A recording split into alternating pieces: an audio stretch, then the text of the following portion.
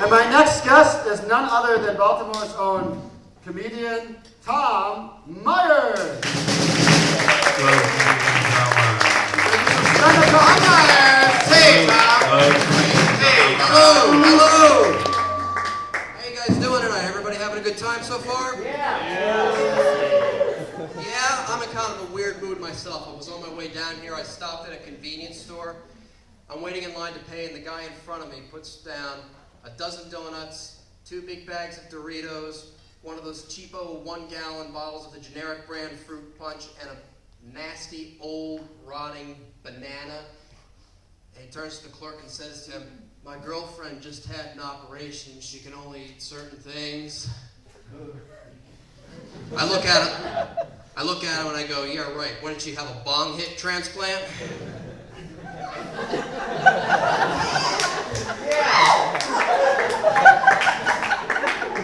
That guy's in here right now, isn't he? Oh, shit.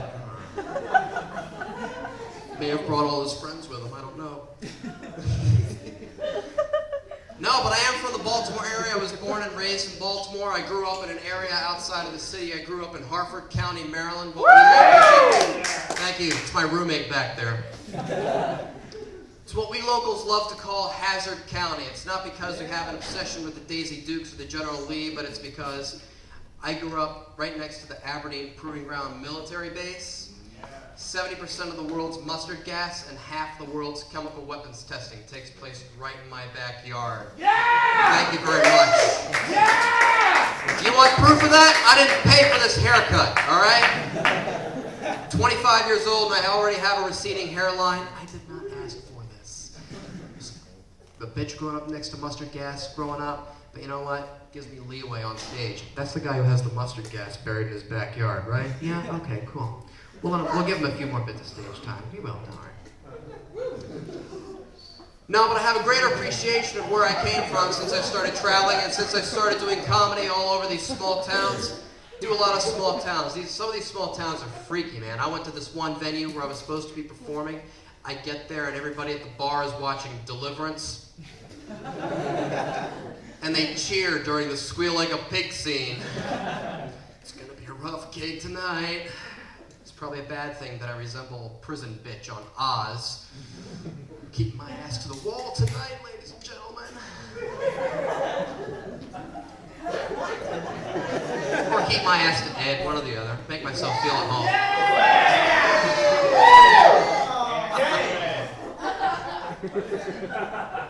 A lot of people ask me how I got started in doing comedy. I simply tell them, blame my parents. My mom is a private school teacher. My dad is an ex-Vietnam vet, ex-Green Beret, ex-Special Forces National Guard recruiter. In other words, a bit of a strict upbringing. No room for individualism for yours truly growing up. Growing up, my dad would give my brother and me military-style haircuts. I use the term haircut loosely. It felt more like he was rolling a lawnmower over my head. Because it would hurt so much, I'd carry on during these haircuts. Afterwards, my private school teacher mother would sit me down and I would have to write out again and again, "I will not make a fuss during my dad's haircuts. I will not make a fuss during my dad's haircuts." It sucked, it really did. Until I got my dad back one day, though. Found out he was a Vietnam vet, did a little bit of research. He gets ready to give me a haircut, and just before he starts, I yell out, "Charlie in the trees!" My dad was like, "Oh, shit." I wouldn't recommend doing that. I will not give my dad nom flashbacks. I will not give my dad nom flashbacks. So it's an election year. It's an election year. You guys all excited about this election coming up? Yes! Me, I'm an Obama person, but part of me kind of wants Hillary Clinton to take the Oval Office. No, okay, hear me out. What's the first thing Hillary Clinton's gonna do when she gets in office? Get back at Bill for all the shit he pulled. That's why I'm gonna apply to be an intern.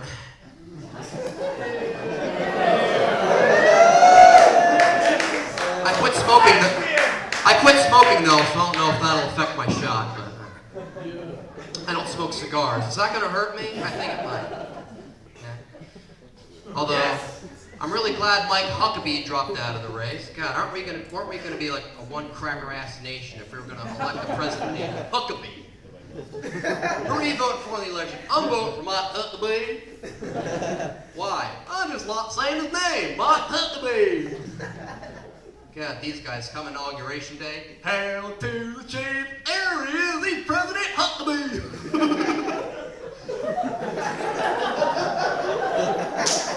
Although, I really shouldn't complain given the last 8 years. I really shouldn't.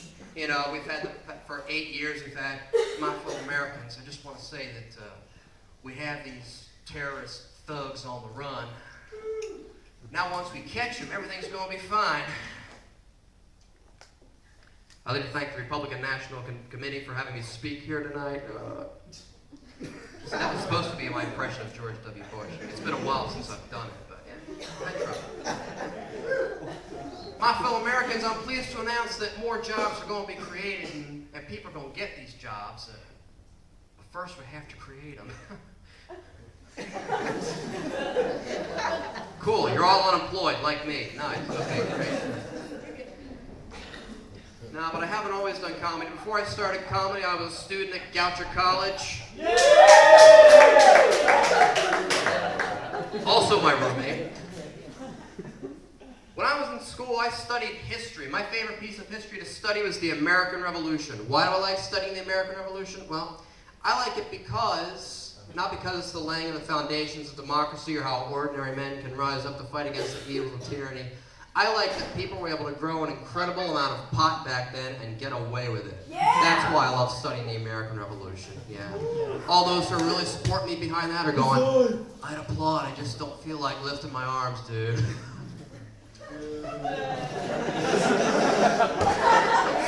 They don't like puns, okay? They don't like them, okay. And a lot of advocates who want to legalize marijuana use that too. You ever notice that? They say, well, we should be able to grow pot and smoke it because our founding fathers grew pot and smoked it.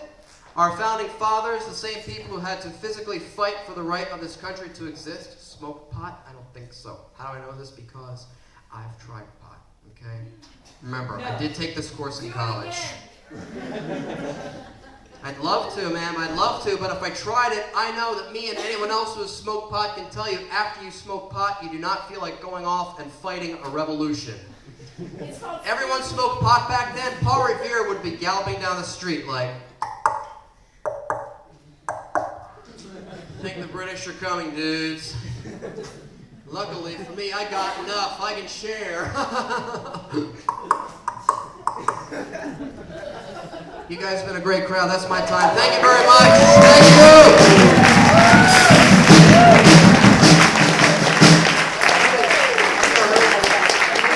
Tom Myers, the comedian. Hey, all right. Now, Tom, I'd like to ask you, Okay. do you I'd like find... to answer you. Oh, go. Once again, very good. I like your outfit. You're very sharp dressed. I'm glad that's being brought back to Yeah, comedy. ZZ Top wrote that song about me, by the way. Sharp dressed man, ZZ Top. Jason, you're right. Yeah. Now, do you find that while on tour that you are sensing an air of sensuality associated with transient disassociation? That is, hey, it's not my bathroom, I can blank here. Like, when you're on a train, everything's like gray, and it looks like a gray dress. And it could be, or a skirt. She's right, it's a skirt. Well, let me first... And the train moves. Let me first, let me just answer it this way. I have no fucking clue. Oh. I mean, like, no, I mean, like, you know, do you ever, like, want to, because when I'm on a train, I'll go in the bathroom and I'll be like, oh, I look good. You know, like, and then but, like, you look more good. I look better with the lights turned out, though. I mean, that's my thing. I'm not used to this. I know. It's all very, But I've never performed in front of a bicycle before. It's kind of... bicycle. It's unnerving. I didn't know if the bicycle... But even with bicycles, it's like sexual. It's like, No, but I didn't know if the bicycle was going to be heckling me, and then I'd have to respond like... Traveling is sexual. Riding in a plane is sexual. Traveling is sexual. Riding in a plane is sexual. That's like a song. Anyways, I don't know if I have to heckle the bicycle. yeah, the I spoke too soon. Bicycle spoke. Okay, now your dad is a Green Beret. Have you told him that I'm not gay? All joke aside, how does he feel about your comedic decisions? As long as I make money, he's happy, and right now he's pissed. Well, No. it comes to you later. Right. I do have my best corduroys on, though, so Is I'm it nice? happy. They have texture, I do. like a train seats. Corduroy. It's like Depeche Mode. No, like the guy from Depeche Mode. Yeah. So you have a crab joke. I like that you have a crab joke because I also have a crab joke. Okay, How does your crab joke go?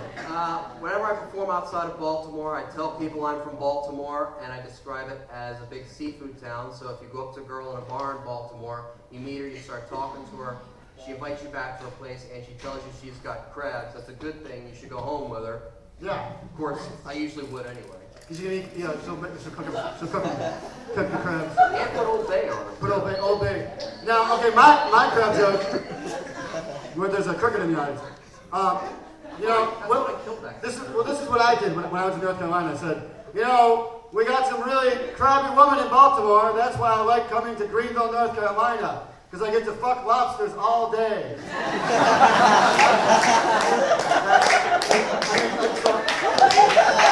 Okay, and now it's time to eat it.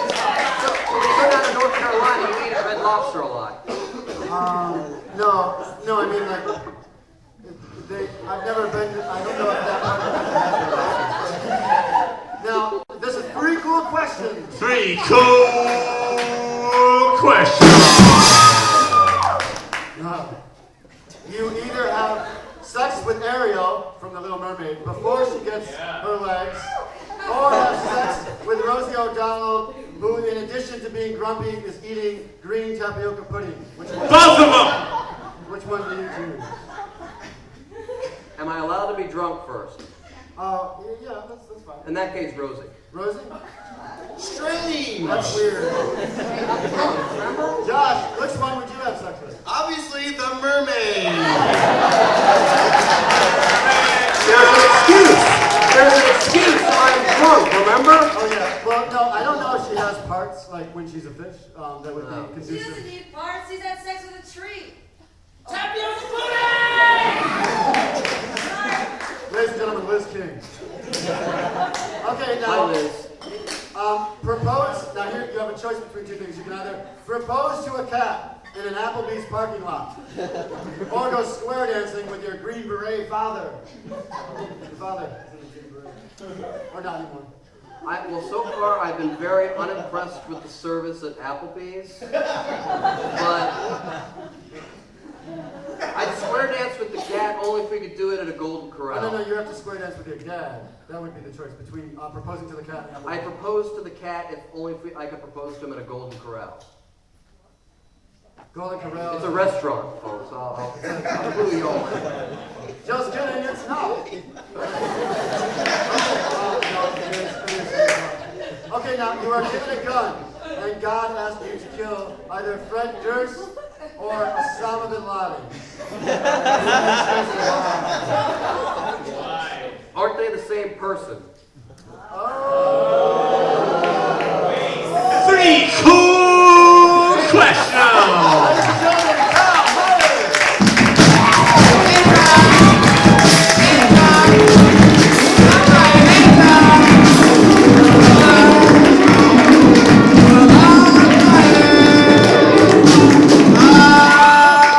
Tom has a CD out called Words of Mass Destruction. Yes.